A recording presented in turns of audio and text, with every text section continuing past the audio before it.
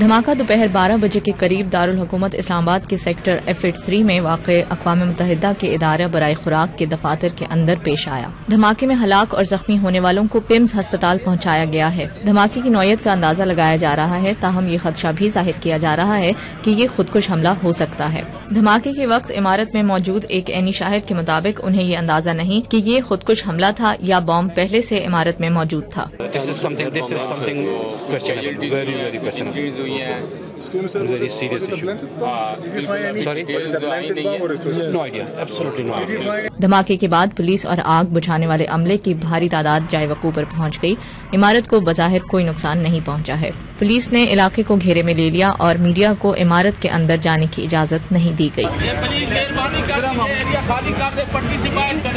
F83 کا یہ sector اس لیے بھی اہمیت کا حامل ہے کہ حملے کا شکار ہونے والی عمارت صدر پاکستان آصف زرداری کے مکان زرداری ہاؤس سے کچھ ہی فاصلے پر موجود ہے۔ لیکن سب سے اہم جواب طلب بات یہ ہے کہ کس طرح خودکش حملہ آور یا دھماکہ خیز مواد اس عمارت کے اندر داخل ہوا۔